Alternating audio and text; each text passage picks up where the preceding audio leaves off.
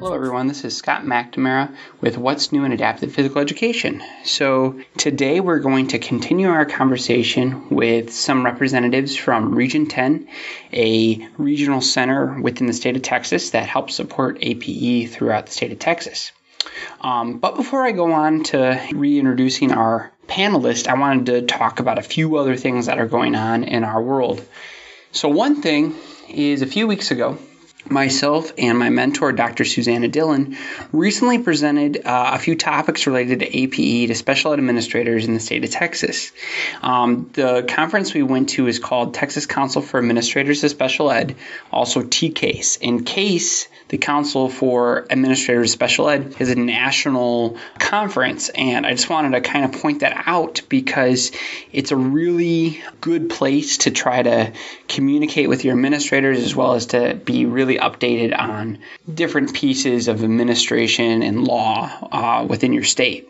We specifically talked about assessment and transition and qualifications of APE teachers and why special ed administrators need to know that. And I have a link to that presentation on the blog. But I really enjoyed the conference. I found that the special ed administrators were really wanted to know more about APE.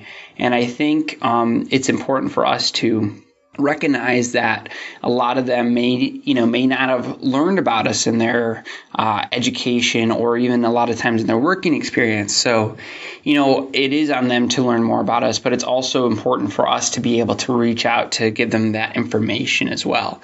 So, take a look at our presentation, take a look at that conference, because I think it's got a lot of good information.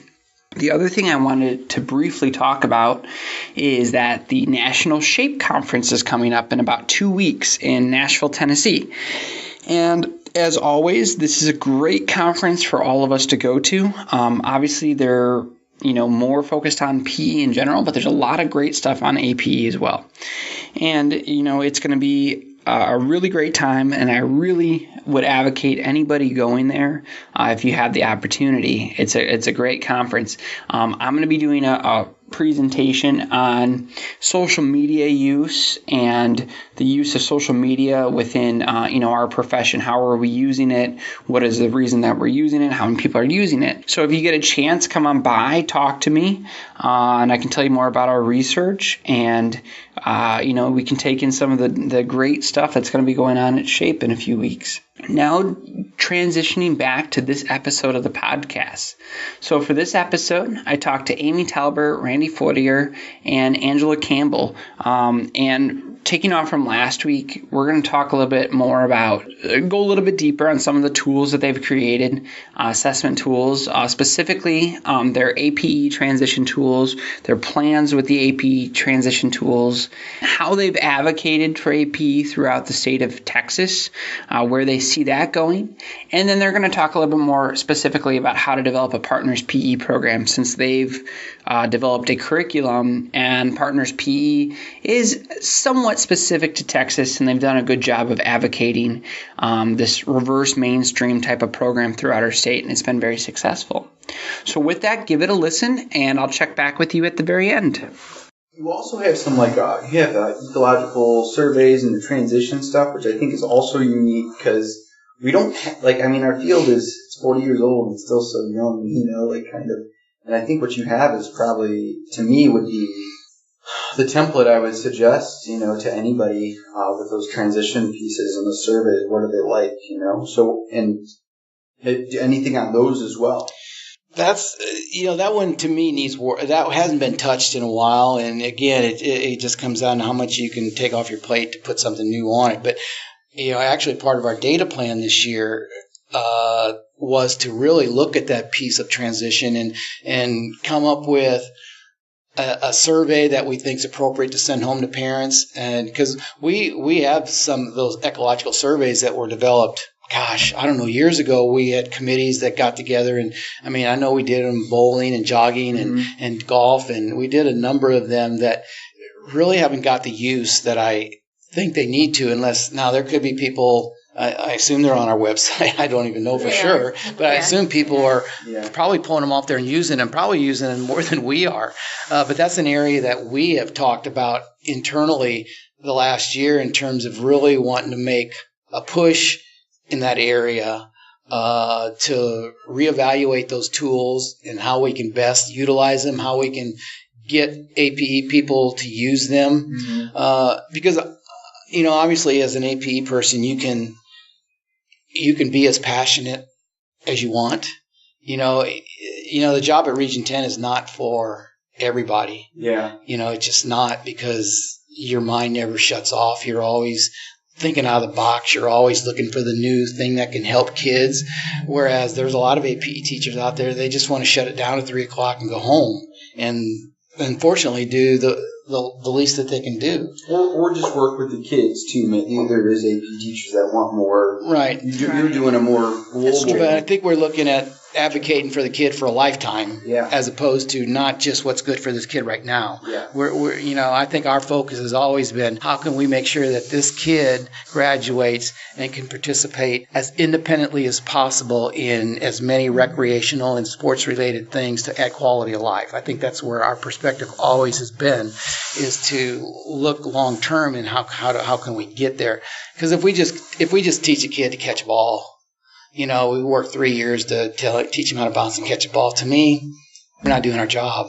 We gotta think big picture. We gotta think quality of life. We gotta think, because most of our kids, I look at it, most of our kids are going to have more leisure time than any other population. I call it enforced leisure, but it's leisure time. It's not their choice, but they're not going to hold down full-time jobs. They're not going to, they're going to have more leisure time to fill than the rest of us. And it's our job to give them skills to utilize that time as positively as they can. I think there's just a huge focus on transition right now in particular, and that APE teachers can really use that to our benefit, because we can use the surveys and we can get parent input and start providing programming that feathers into that quality of life piece. As well as, and Randy hit on this point, I think it's so important. Transition. When I worked, I was in a high school setting most of the time.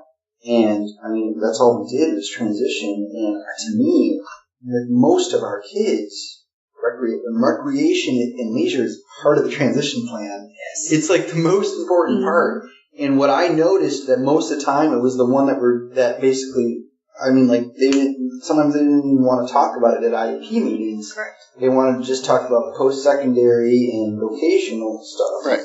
And when you're, I don't know. Just to me, that was always a little baffling. Because now there are some kids, they're going to go work at Kroger and whatever, and we need to focus on that. But AP can help out with that stuff too. Exactly. Yes. But even rec and leisure, it's such a quality of life thing where Now, you did mention that. I don't know if you want to talk a little bit more about the transition piece that you said that you're kind of working on, and Amy and I even talked about, like, you all want to do a survey in the near future and all those things. I don't know if you want to talk a little bit about, like, kind of your future endeavors on that piece, because AP and transition seem to, even though they seem logically to go together, in the real life scenario, there seems to be so little in our field on transition. It seems to be a major hole we have.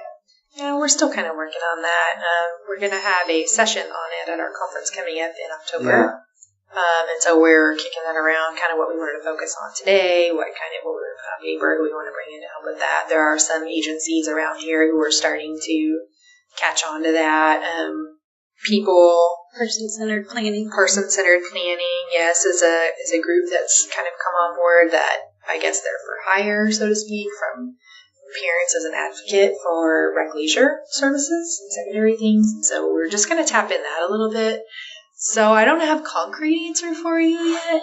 I think what we do know is we got to keep it fairly simple. We can't add a lot to the Adapt P teacher's plate because they already are overwhelmed most of the time in the district. But we feel it's important to provide tools, simple as can be, to gather information, to move forward if they want to. Link up with the community. Yeah. So we don't want it to be an overwhelming thing, but we to produce something that they can draw to their fingertips if they need it or want it, kind of thing, because it's never something that we're going to force on APE teachers. They're going to have the passion to take that step forward and move past just instruction as we know it and look towards transition and their role in it. I don't think that's necessarily a natural buy-in yet to all our APE teachers out. Give them tools that are simple and whatever, we may be able to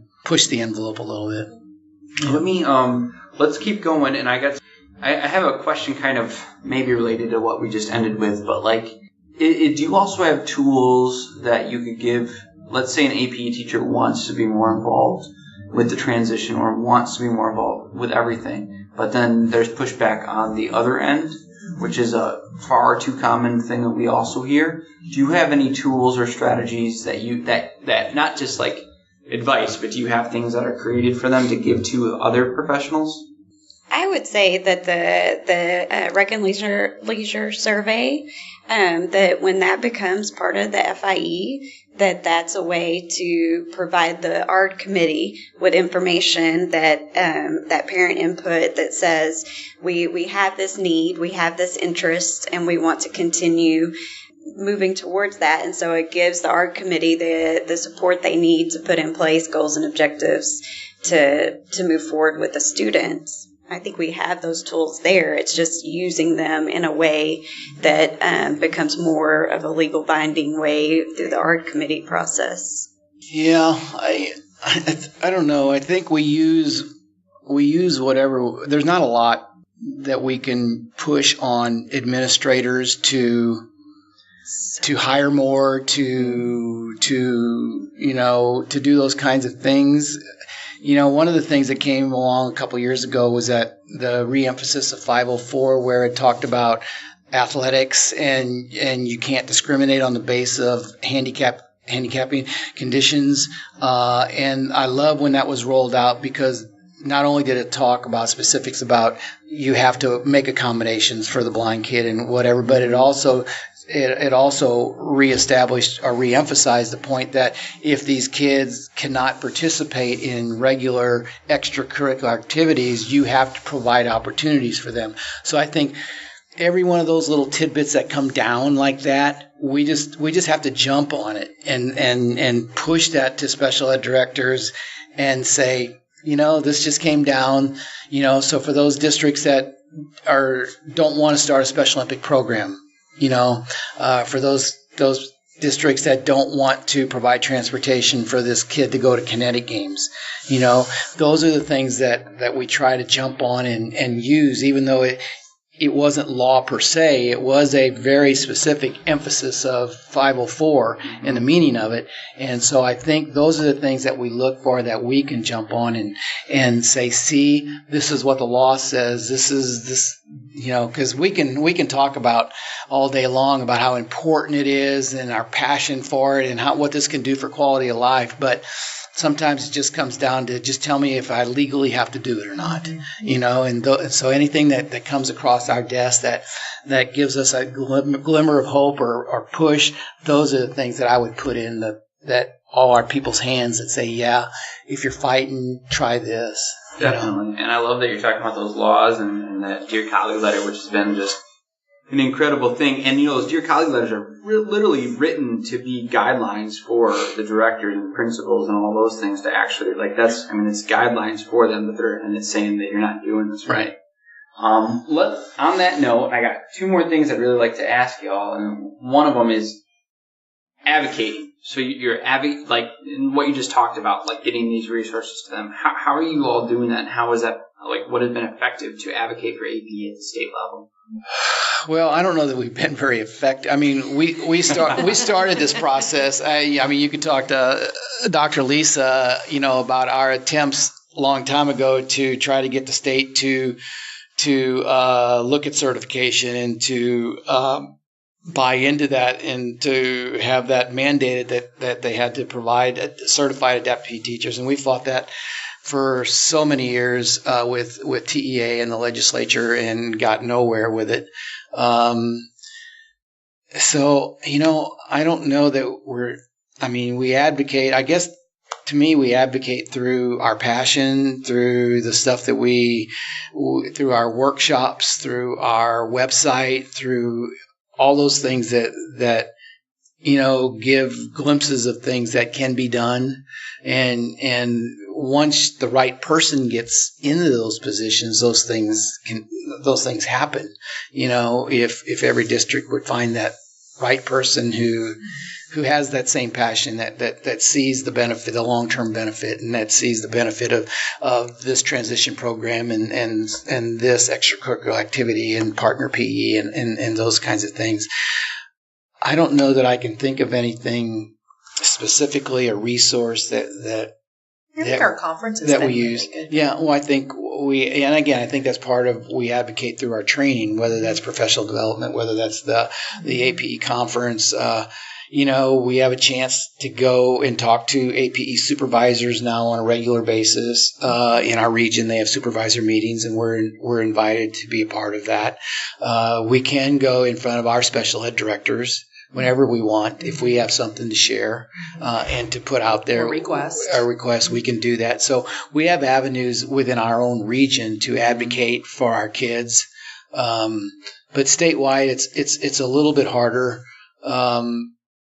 But I can tell that people are trying to do the right thing by the number of requests that come in to travel and do workshops. So they're looking in the right place for information. And then once we get there, we can preach the gospel, once we get in front of those constituents. My last major question, and you just mentioned the word, is partner PE. I know you all have a manual online as well. Partner PE is specific, the label specific to Texas. So if you could maybe describe partner PE in general, and then like kind of what your manual helps, explain and all those things too. Well, this was one of the first trainings I went to when I was hired at Region 10. I actually got to go to Phoenix, Arizona. I was one of the original, back then it was called Project People. PEOPEL. It stood for Physical Education Opportunities for Exceptional Learners. That was the first partner PE there ever was. And it was dynamic when I went out there and I saw it in action. It was pretty cool stuff. But their training was an entire semester. I mean, they had a manual this thick, both on training, and they had a manual this thick on a kind of a curriculum. But it was more of a kind of a secondary curriculum. There wasn't a lot of modifications in it, but that's where they started. So we actually, when I first came back, it was actually called Project People for a number of years before we just went to partner PE. So the concept was started back out there by, I don't remember who started it, and we have since just, we always got the call saying, do you have a partner PE manual? Do you have a curriculum? Do you have a curriculum? And then the answer was, no, we don't really have a curriculum. So I don't know how long ago it was, we finally decided that we had enough information among us, with our sections and how to modify basketball and how to modify all these things and what equipment we might use. And so we actually spent a good amount of time writing the first version of the manual. We have since taken the training from that entire semester down to, most people probably use a 1-week training at the beginning of school now for their partners. Some of them maybe still do a 2. We have a 1-week and a 2-week prototype in the manual, but people couldn't give up an entire semester just to train, and that just didn't work for schools. So we tried to put in there all the nuts and bolts of starting a partner PE, from the recruitment selection of partners to the how to credit, to the prototype of training your partners, and then went in, then divided the actual curriculum into team sports, individual sports, recreational games, and things like that. And that's probably still a work in progress. The last time we updated was, I think, a year or two ago. We added a few more units that, we added a bocce unit, which probably wasn't in there in the beginning. It's become very popular kind of thing. So I see that as a thing that will continue to be updated as we learn more about different sports that are good for our kids, as we learn different activities from partner PE teachers that are real popular and that seem to make an impact. So I see that every 3 or 4 years we'll probably have a revision of that just to keep up with the times. But it's been a very popular tool in our area, and also we get a lot of requests, obviously, outside our region to buy it, kind of thing. And we originally we wrote it. I thought we were just going to give it away, but Region 10 didn't see it that way. So, but we make very little money off of it. I mean, it pays for the printing of the document now, and not much more than that. So it's not a big. It's certainly not a. It's not going to keep Region 10 afloat, but it's a nice resource. I'll put it on the with the podcast. What? Yeah. I'll put it with that. Yeah. So. Yeah. Well, we'll have $15 extra to spend at the conference or something. I don't know. Yeah. So, but it's been a good thing. It's been popular. We've got a lot of good feedback on it. But like I said, I see it as a work that needs to be updated every so often just to keep up with new things and things like that. Definitely. You all do a ton of stuff with just making sure that APE is still moving and growing. So with that, I'm not going to take up any more of your time, but I do want from each one of you real quick, you have a plethora of resources for Region 10. So if somebody is listening, I want each of you to give one resource that you would recommend to an APE teacher to check out. So, well, I think that 3 years ago we did a really nice job pulling together the community opportunities for our students with disabilities, like kind of the transitional pieces, but also like summer camps and different sporting events and things like that they can get into. And we do have that resource kind of compiled and listed on our website. And that's been very helpful. And a lot of it is statewide. There's some camps kind of across the state that people can look into, and different kind of extreme sport opportunities that, you don't see in the schools, and different things like that. So I would recommend looking into that if a parent is asking for some different opportunities for their child to get into for more activity. Did I take your good one? Oh no, I don't even. I don't even know I don't even know how to answer that question really. I guess.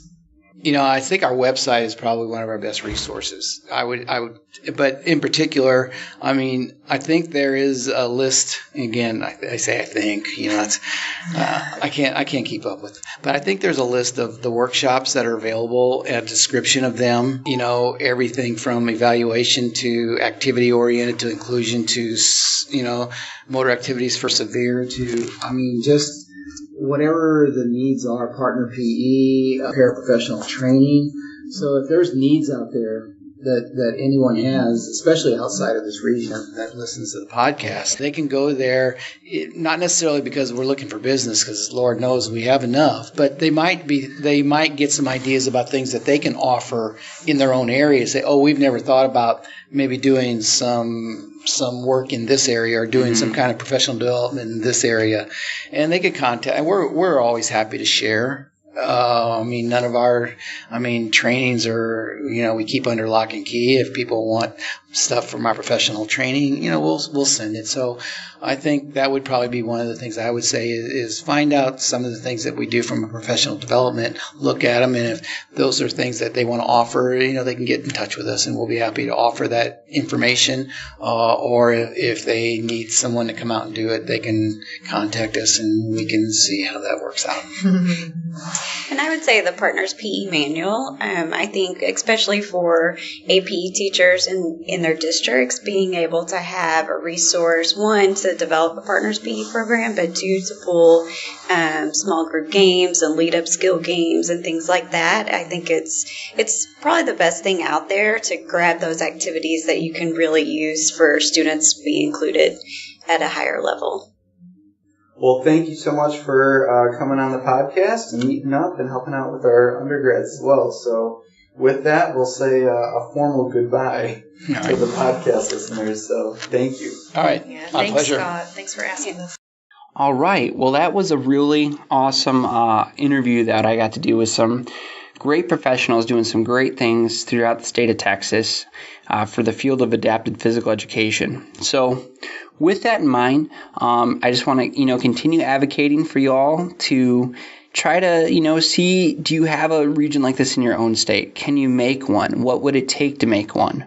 And I stress the importance of professional development so much, and useful professional development, because, in our field, sometimes it's lacking because it's hard for us to get professional development specifically crafted for us. And that's why going to things like your state conference or a state APE conference, or especially the National SHAPE Conference, which is coming up, are so vitally important. All right, with that, our next podcast should be taking place in a few weeks. We're going to talk to Monica Lepore, who is a professor at Westchester University in Pennsylvania. And she's been on a sabbatical this last semester, traveling across the country, going to different APE practicums and doing some really cool stuff within our field, kind of with this nice free time that she's had. And she's going to talk about some of those experiences. As well as next time we meet, I'm going to talk about a review on the Developmental and Adapted Physical Activity Assessment textbook. Human Kinetics reached out to me and has sent me some textbooks, as well as we might be doing some additional podcasts with the authors of these textbooks. And I'm looking at this as a new edition, looking at assessments, and so far, looking through it quickly, it looks like a really great resource for us while we're trying to find all those different assessments to meet all the different needs that we have. So with that, I hope to see you at the SHAPE conference in a few weeks, and if I don't, we'll be back within a few short weeks as well. Take care.